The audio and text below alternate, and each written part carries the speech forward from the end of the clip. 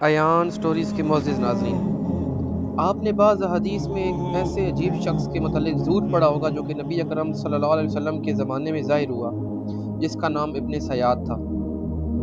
یہ آدمی کون تھا اور اس کی کیا حقیقت تھی؟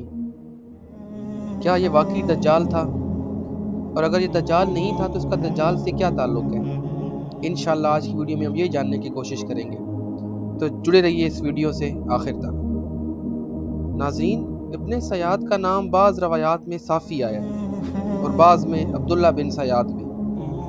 یہ مدینہ کے یہودیوں میں سے تھا اور یہ بھی کہا جاتا ہے کہ انصار میں سے تھا۔ جب نبی اکرم صلی اللہ علیہ وسلم مدینہ آئے تو یہ چھوٹا تھا اور یہ بھی کہا جاتا ہے کہ بعد میں یہ مسلمان ہو گیا۔ بعض لوگوں میں اس کے متعلق پھیل گیا کہ یہ دجال تھا، کیونکہ اس کے اندر بہت سی خصوصیات ایسی پائی جاتی تھی جو کہ دجال کی تھی۔ جب نبی اکرم صلی اللہ علیہ وسلم نے یہ سنا کہ لوگوں میں ایک خبر پھیلی ہے کہ دجال کا ظہور ہو گیا ہے، تو آپ صلی اللہ علیہ وسلم نے ارادہ کیا کہ وہ اس کے حالات کی خبر لیں تاکہ معاملے کی وضاحت ہو جائے۔ تو نبی اکرم صلی اللہ علیہ وسلم چھپ کر اس کی طرف گئے تاکہ اس کی کوئی بات سن سکیں اور اس پر کچھ سوال کریں، جس سے اس کی حقیقت منکشف ہو جائے۔ امام بخاری بیان کرتے ہیں کہ ابن عمر رضی اللہ عنہ نبی اکرم صلی اللہ علیہ وسلم کے ساتھ ایک گروپ میں ابن سیاد کی طرف گئے تو اسے بنو غلم کے قلعے کے پاس بچوں میں کھیلتے ہوئے پایا اور ابن سیاد بلوغت کے قریب پہنچ چکا تھا۔ اسے نبی اکرم صلی اللہ علیہ وسلم کے آنے کا کچھ پتہ نہ چلا، حتیٰ کہ نبی اکرم صلی اللہ علیہ وسلم نے اسے ہاتھ سے مارا۔ پھر ابن سیاد کو کہنے لگے، کیا تو گواہی دیتا ہے کہ میں اللہ کا رسول ہوں؟ تو ابن سیاد نے ان کی طرف دیکھا اور کہا کہ میں گواہی دیتا ہوں کہ آپ امیوں کے رسول ہیں۔ اس پر نبی اکرم صلی اللہ علیہ وسلم نے کہا، تو کیا دیکھتا ہے؟ ابن سیاد کہنے لگا، میرے پاس سچا اور جھوٹا دونوں خبریں آتی ہیں۔ تو نبی اکرم صلی اللہ علیہ وسلم نے فرمایا، تو نے مجھے اپنے متعلق شک میں ڈال دیا۔ پھر نبی اکرم صلی اللہ علیہ وسلم نے مزید کہا، میں نے تیرے لیے ایک بات اپنے دل میں چھپائی ہے، تو بتا سکتا ہے وہ کیا ہے؟ نبی اکرم صلی اللہ علیہ وسلم نے اپنے دل میں سورہ دخان کی ایک آیت چھپائی ہوئی تھی، جس پر وہ اڑ اڑ کر کہنے لگا کہ دخا دخا۔ تو نبی اکرم صلی اللہ علیہ وسلم نے کہا، بس دور ہو جا، اس سے مزید تو نہیں بڑھ سکتا۔ تو حضرت عمر رضی اللہ عنہ کہنے لگے، مجھے اجازت دیں میں اس کی گردن اتار دوں۔ تو نبی اکرم صلی اللہ علیہ وسلم نے فرمایا، اگر یہ واقعی دجال ہے تو تم اس پر مسلط نہیں ہو سکتے، اور اگر یہ دجال نہیں ہے تو تم ایک بے گناہ کا خون بہاؤ گے۔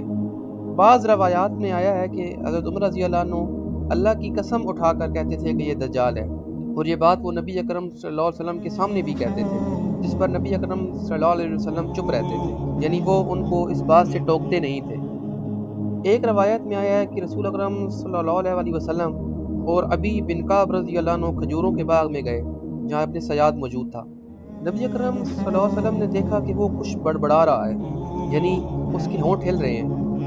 نبی اکرم صلی اللہ علیہ وسلم آہستہ آہستہ اس کی طرف بڑھنا شروع ہو گئے۔ اس کے ہونٹ ابھی بھی ہل رہے تھے کہ اچانک ابن سیاد کی ماں نے اس کو پکارا کہ اے ابن سیاد، نبی اکرم صلی اللہ علیہ وسلم کھجوروں کے تنوں کے پیچھے سے آ رہے ہیں۔ یہ دیکھ کر ابن سیاد ہڑبڑا کر اٹھ بیٹھا تو رسول اکرم صلی اللہ علیہ وسلم فرمانے لگے کہ اگر وہ عورت خاموش رہتی تو اللہ اس کا معاملہ مجھ پر واضح فرما دیتا۔ ابو سعد خدری رضی اللہ عنہ کی حدیث میں ہے کہ وہ بیان کرتے ہیں کہ ہم حج یا عمرے کے لیے نکلے تو ہمارے ساتھ ابن سیاد بھی تھا اور وہ مسلمان ہو چکا تھا۔ ہم نے ایک جگہ پر پڑاؤ کیا تو سب لوگ بکھر گئے، لیکن ابن سیاد میرے پاس موجود رہا تو مجھے اس سے وحشت ہونے لگ پڑی۔ میں نے اسے کہا کہ تم دور جا کر کسی گھنے درخت کی چھاؤں میں بیٹھ جاؤ، اور مجھے پیاس بھی لگ رہی تھی۔ ابن سیاد کے پاس ایک بکری تھی، وہ اس کا دودھ دھو کر لے آیا اور مجھے پیش کیا۔ میں اس کے ہاتھ سے کچھ بھی نہیں لینا چاہتا تھا، اس لیے میں نے اسے یہ کہہ کر انکار کیا کہ شدید گرمی ہے اور دودھ بھی گرم ہے، جس پر ابن سیاد بولا کہ لوگ جو کچھ مجھے کہتے ہیں اس کی بنا پر میں نے یہ ارادہ کیا ہے کہ رسی لے کر درخت کے ساتھ باندھوں اور اسے لٹک کر پھانسی لے لوں۔ اے ابو سعد، کون ہے جس پر رسول اکرم صلی اللہ علیہ وسلم کی حدیث پوشیدہ ہو؟ کیا رسول نے یہ نہیں فرمایا کہ وہ کافر ہوگا اور میں مسلمان ہوں؟ کیا رسول نے یہ نہیں فرمایا کہ وہ بانجھ ہوگا اور میری اولاد ہے؟ کیا رسول نے یہ نہیں فرمایا کہ وہ مکہ اور مدینہ کے اندر داخل نہیں ہو سکتا اور میں تو مدینہ میں رہتا ہوں اور مکہ کی طرف سفر کر رہا ہوں؟ یہ سب سننے کے بعد ابو خضری کا دل اس کے لیے صاف ہو گیا